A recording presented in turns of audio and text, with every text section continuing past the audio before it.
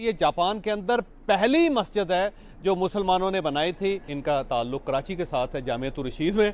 और मुफ्ती अब्दुल रहीम साहब को मैं जाके बताऊंगा कि आपकी मस्जिद में आपके शागिर्द हैं माशाल्लाह। जी अस्सलाम वालेकुम, क्या हाल है? आप सब लोग खैरियत से हैं? मैं कोबे शहर के अंदर हूँ। ये जापान का शहर है, बड़ा पुराना शहर है। और इस शहर की एक खसूसियत ये है कि यहाँ पे एक मस्जिद है जिसे कोबे मस्जिद कहते हैं, और ये बहुत पुरानी है। और ये जापान के अंदर पहली मस्जिद है जो मुसलमानों ने बनाई थी। शायद 1936 में ये बनी थी, और उस वक्त सब कॉन्टिनेंट के, इंडिया और पाकिस्तान के, ज़ाहिर उस वक्त पाकिस्तान और इंडिया नहीं बना था। उस वक्त जो गुजराती बिजनेसमैन थे उन्होंने आके ये मस्जिद यहाँ उसकी बुनियाद रखी थी, और उसके बाद ये मस्जिद बनी। और इस मस्जिद के कई ऐसे एंगल्स हैं जो मैं आज के व्लॉग में आपको बताऊंगा। पहला एंगल तो ये है कि 1996 में कोबे में एक बहुत बड़ा ज़ल्ज़ला आया था, और उस जो ज़ल्ज़ला था उसका जो मैग्नीट्यूड था वो था 6.9। तो रेक्टर स्केल पे 6.9 का एक ज़ल्ज़ला आया था, और उसमें ये सारा इलाका गिर गया था। यहाँ पे कोई बिल्डिंग नहीं बची थी, सिर्फ एक बिल्डिंग बची थी पूरे शहर में, और वो थी ये मस्जिद। तो उस वक्त ज़ल्ज़ले में ये पूरा इलाका, क्या पूरा शहर तबाह हो गया था। यहाँ पे सारी सड़कें तबाह हो गई थी, बल्कि इन सड़कों के बारे में ये कहा जाता है कि इन्हें जब बनाया गया था तो उस वक्त जो सबसे बड़ा ज़ल्ज़ला यहाँ पे आया था वो था 6.3। तो 6.3 को जहन में रख के ये पूरी सड़कें, ब्रिजेस बनाए गए थे। लेकिन फिर कुदरत ने 2-3 डिग्री और बढ़ा के 6.9 का ज़ल्ज़ला लेके आई, तो उससे सारी सड़कें, सारी गलियां, सारी बिल्डिंग्स ख़त्म हो गई। इवन इनका ट्राम का सिस्टम, ट्रांसपोर्ट का सिस्टम सब ख़त्म हो गया। ये सारा इलाका खंडर हो गया, और दूर दूर तक जहाँ जहाँ देखा जाता था यहाँ पे कोई चीज़ नहीं होती थी। लेकिन ये मस्जिद जो थी खड़ी थी यहाँ पे। इसका मतलब ये हुआ कि जो अल्लाह का पैगाम था, जो अल्लाह का नाम था, अल्लाह ताला ने इस शहर में भी उसे महफूज रखा।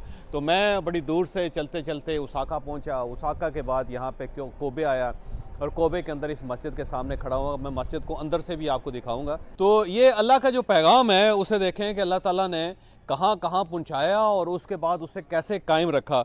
ये हमारे दोस्त हैं, जामियतुर रशीद के हैं। अभी इनकी मैं बात भी करवाऊँगा, यहाँ पे है, पाकिस्तानी है। तो इन्होंने ये बताया कि 1945 में जब दूसरी जंग अजीम का इख्तिताम हो रहा था तो उस वक्त बम्बिंग भी की गई थी कोबे में, और उस वक्त भी सिर्फ ये मस्जिद बची थी। तो 1945 देख लें आप, उस वक्त ये मस्जिद सलामत थी। फिर 1995, 1996 का जो ज़ल्ज़ला है उसके अंदर भी देखें कि हर चीज़, सारी इमारतें गिर गई, सारी सड़कें टूट गई, लेकिन अल्लाह ने अपना जो निशान था उसको कायम रखा। ये मस्जिद कायम रही। और इसके अंदर ज़ाहिर है यहाँ पे एक बहुत बड़ी मुस्लिम कम्युनिटी है, जिसमें पाकिस्तानी भी शामिल हैं, फिर पूरी दुनिया के मुसलमान हैं, उसमें टर्क भी शामिल हैं, फिर यहाँ पे इंडोनेशिया के, फिर मलेशिया के, फिर सिंगापुर के, फिर चाइना के, और फिर अफ्रीका के मुल्कों के बहुत सारे मुसलमान यहाँ पे हैं। सारे मुसलमान इसी मस्जिद के अंदर आके नमाज़ पढ़ते हैं। 500 की कैपेसिटी अंदर मैं आपको पूरी डिटेल के साथ बताऊँगा। और इस मस्जिद के बारे में कहते हैं कि बड़ी अमीर मस्जिद है। उसकी वजह इनकी प्रॉपर्टीज़ हैं। तो इनकी अपनी पार्किंग है, और उसकी पार्किंग मशीन है, और इसके अंदर टिकट्स भी हैं। और हर मुसलमान जो है वो यहाँ पे अपनी गाड़ी पार्क करना चाहता है, क्योंकि उसे पता है कि ये जो पैसे होंगे बराह रास्त मस्जिद के अंदर जाएंगे। तो अपनी पार्किंग लॉट, उसके अंदर पार्किंग मशीन लगी हुई है। फिर ये इस्लामिक सेंटर है, फिर इनकी अपनी प्रॉपर्टीज़ है वहाँ से लेके आगे तक, और उनके किराए हैं। तो मस्जिद जो है वो सेल्फ सफिशेंट भी है, और उसके पास ठीक ठाक रकम भी है बैंक के अंदर। तो ये एक बड़ा आइडियल सिस्टम है कि अगर आप मस्जिदें बनाते हैं तो उसके साथ प्रॉपर्टीज़ भी क्रिएट करें, ताकि एक एंडोमेंट फंड्स आ जाए। तो उससे फ़ायदा ये होगा कि मस्जिद को चंदा नहीं मांगना पड़ेगा। तो ये एक मस्जिद जैसे चंदा नहीं मांगना पड़ता। तो हमारे जो उलमा कराम है, मेरा ख्याल उन सब के लिए सबक है कि आपने अगर मस्जिद बनानी है तो उस मस्जिद को चलाने का सिस्टम भी बनाएं, बजाय इसके कि हर बार मौलवी साहब हर नमाज से पहले कहें कि आलम इस्लाम, हम तुमसे दरख्वास्त करते हैं कि जो जो जेब में है उसमें निकाल दें, और फिर उसके बाद टोपियाँ लेके, फिर अपनी झोलियाँ लेके हर नमाजी के सामने फिर रहे हों, और नमाजी उसके अंदर पैसे डालते चले जाएं, और उसके बाद मस्जिद चल रही हो। ये नहीं ठीक, क्योंकि ये ठीक नहीं है। हर मस्जिद उससे सेल्फ सफिशिएंट होना चाहिए, और इमाम साहब को सिर्फ नमाज़ पढ़ानी चाहिए, बजाय इसके कि वो चंदा मांगना शुरू कर दें।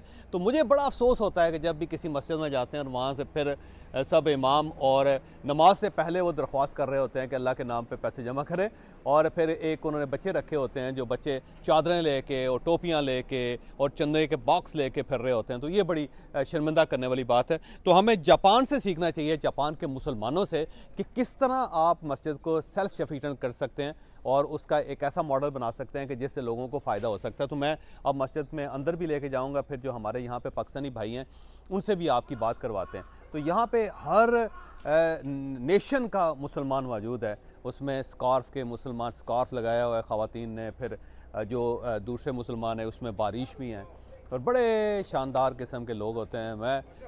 मैंने एंजॉय किया इसको।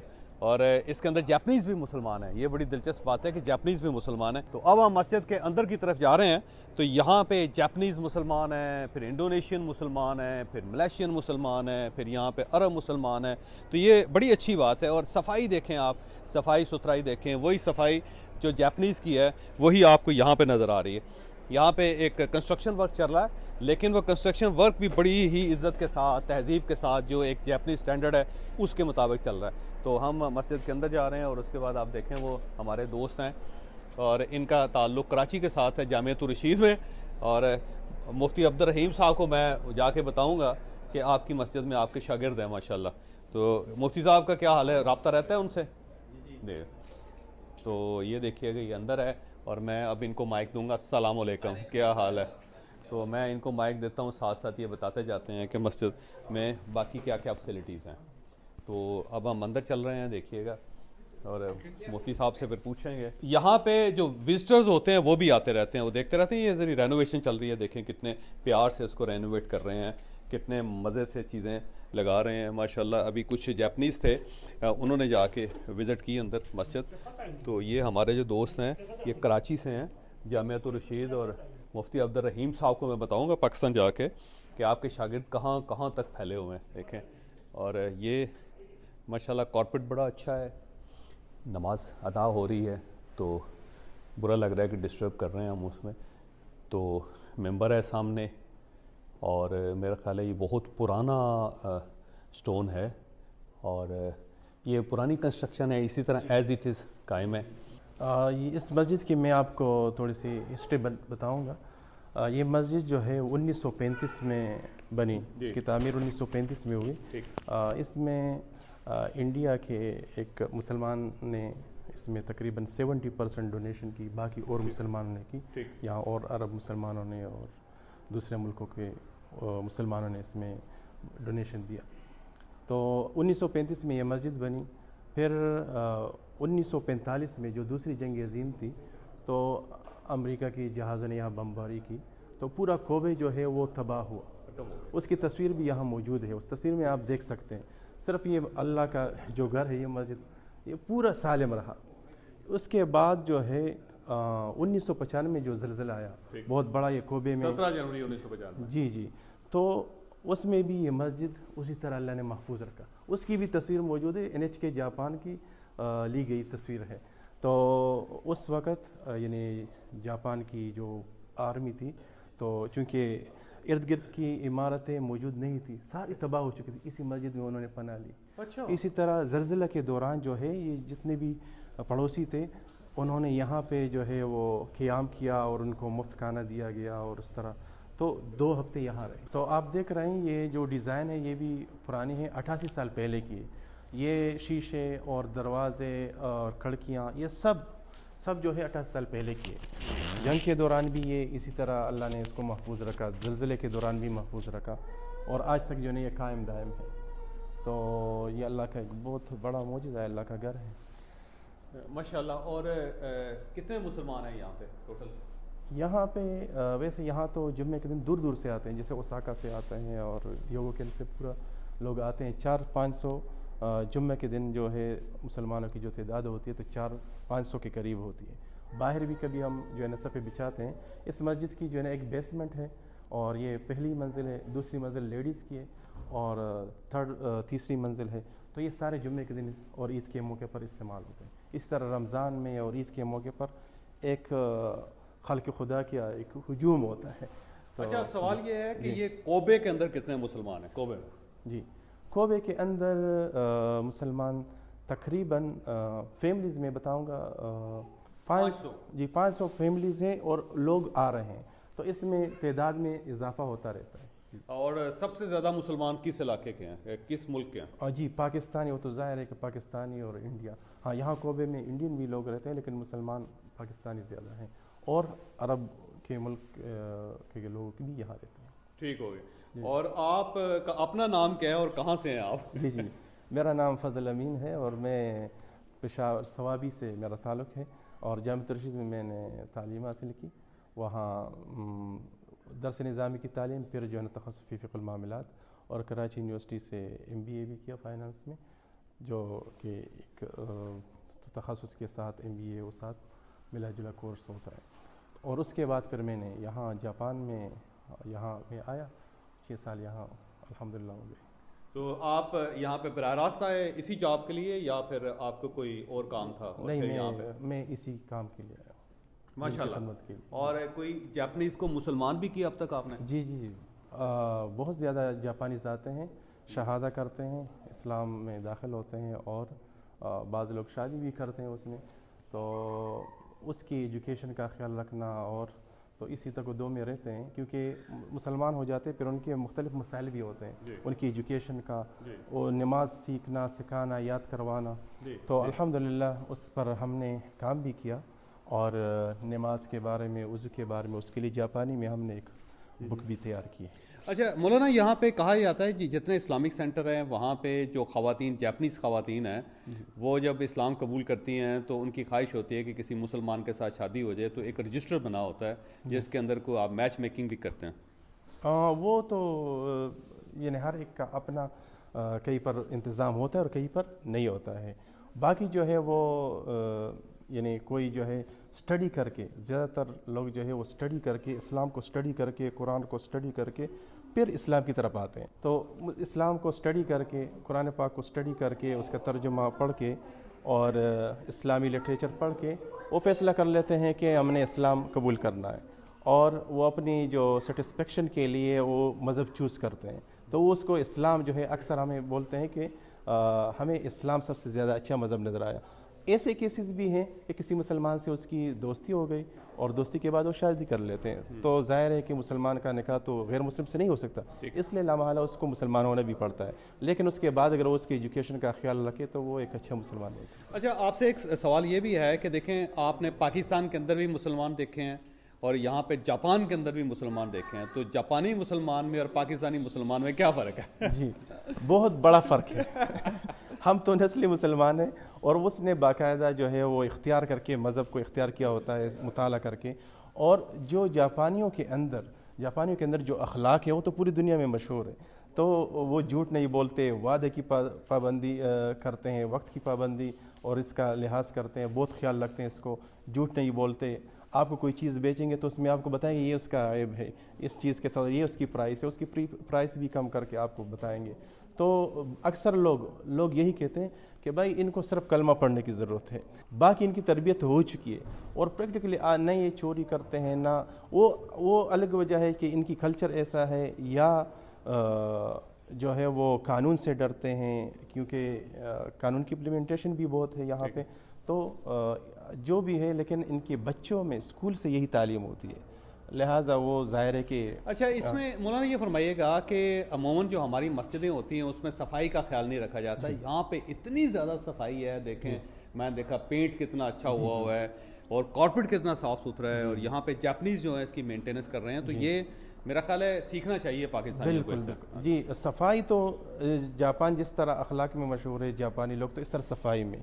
यहाँ हम तो सफाई के पेशे को ऐब समझते हैं कि ये खाकरोब है, ये वो है। इनसे जब आप पूछेंगे आप क्या काम करते हो, कहते हैं मैं सफाई का काम करता हूँ। तो वो इसको जो है वार नहीं समझते, शर्म नहीं महसूस करते, बल्कि वो इसको इज्जत महसूस करते हैं। और ये इनकी कल्चर है, हर चीज़ को साफ़ सुथरी होनी चाहिए। जी, तो ये मस्जिद आपने देखी और मैं अब आपको पुरानी तस्वीरें भी दिखा रहा हूँ, और इसके साथ साथ जो मस्जिद का बेसमेंट है और वहाँ पे भी जाते हैं, जो अपर मंजिल है उसमें भी ये देखिए जापानीज़ हैं, यहाँ पे विज़िट करने के लिए आते हैं। जापान के अंदर ये आदत है कि ये मुख्तलिफ मज़हब के लोग जो हैं उनको वो देखते हैं, उनकी इबादत गाहों में जाते हैं, इनको बड़ा मज़ा आता है, अच्छा लगता है। जिस तरह हम हिंदू टेम्पल्स में जाते हैं या फिर यहाँ बुद्धिस्ट टेम्पल में जाते हैं, तो ये मस्जिद की विज़िट कर रहे हैं। छोटे छोटे बच्चे हैं और बहुत इसको इंजॉय कर रहे हैं माशाल्लाह, और ये पूरी फैमिलीज़ हैं। और इसमें जो हमारे इमाम साहब हैं वो उनको बता रहे हैं, इस्लाम की तालीमात दे रहे हैं, फिर वो पूरी डिटेल जो है वो भी दे रहे हैं। और ये भाई कहाँ के रहने वाले हैं?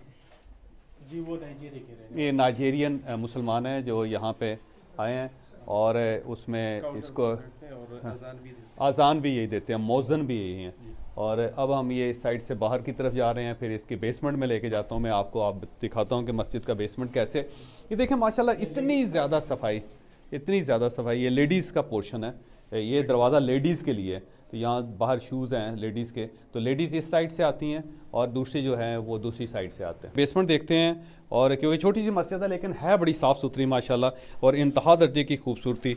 एक इन्होंने साइड रखी हुई है ख़वातीन के लिए, ख़वातीन उस साइड से आती हैं, और दूसरी इन्होंने जेंट्स के लिए रखी हुई है। हम जेंट्स की तरफ आए और ख़वातीन की तरफ आए। ये नीचे बेसमेंट है, क्योंकि यहाँ पे जापान के अंदर हर बेसमेंट बनाया जाता है, तो ये एक बेसमेंट है जिसके अंदर यहाँ पे भी नमाज होती है। ये बहुत बड़ा पोर्शन है, देखिएगा। इसकी एक बात मैं आपको बताऊं कि जापान की जो आर्मी थी वो यहाँ पर उन्होंने 2 साल यहाँ 1943 से लेकर 1945 तक, जब ये दूसरी जंग अजीम हुई और उस वक्त क्योंकि यहाँ पे बमिंग हुई और सारा गिर गया था, सिर्फ ये मस्जिद बची थी, तो जो जापानीज़ आर्मी थी उसने यहाँ पे पनाह ली, तो अल्लाह के घर में उन्होंने पनाह ली। और ये बेसमेंट जो है ना उसके अंदर 2 साल रही आर्मी। तो ये भी और ऊपर वाला पोर्शन, क्योंकि उन्होंने देखा कि सिर्फ एक ही बिल्डिंग बची हुई है, तो उसके अंदर उन्होंने पनाह ली। तो जापानीज़ ने यहाँ पे अल्लाह के घर में पनाह ली थी 1945 में, और ये बेसमेंट के अंदर भी। अब मैं अपर पोर्शन में आपको लेके जा रहा हूँ, और ये जो अपर पोर्शन है ये ख़वातीन के लिए। तो कुछ थोड़ी देर में नमाज होने वाली है, तो हम कोशिश कर रहे हैं कि जल्दी जल्दी आपको दिखाएं क्योंकि नमाज का टाइम हो जाएगा। तो ये ख़वातीन का पोर्शन है, ख़वातीन ऊपर नमाज़ पढ़ती हैं, मर्द हज़रात दरमियान में, और एक बेसमेंट भी है इसमें। तो ये एक टॉप पोर्शन है जो सबसे ऊपर है, यहाँ पे मस्जिद का ये पोर्शन है, ये ख़वातीन का। तो ये 4 मेरा ख्याल है ऐसी जगह हैं जहाँ पे नमाज होती है। तो ये कुरान मजीद के नुस्खे, और ये वाला पोर्शन है जिससे नीचे से आवाज़ आती है। देखिए मोना है ना, ये सारे 88 साल पहले की है। ये भी ज़लज़ले में और जंग के दौरान इसी तरह अंदर जो बल्ब है वो तो चेंज हो जाते हैं, लेकिन बाहर का जो कवर है ये 88 साल से वैसा ही है, और इसका स्ट्रक्चर तक नहीं हिला, और स्ट्रक्चर भी माशाल्लाह इसका बहुत उसी तरह एज इट इज़ जिस तरह। तो अल्लाह ताला इस तरह अपने घर की हिफाजत करता है और अपने घर में खैर भी रखता है, बरकत भी रखता है। तो कोबे शहर में, जापान के शहर में, यहाँ की पहली मस्जिद जो पूरे जापान में बनी थी, वहाँ से हमने आपको सब कुछ दिखाया। मेरे लिए दुआ कीजिएगा, मौलाना के लिए दुआ कीजिएगा, और पूरे पाकिस्तान के लिए दुआ कीजिएगा।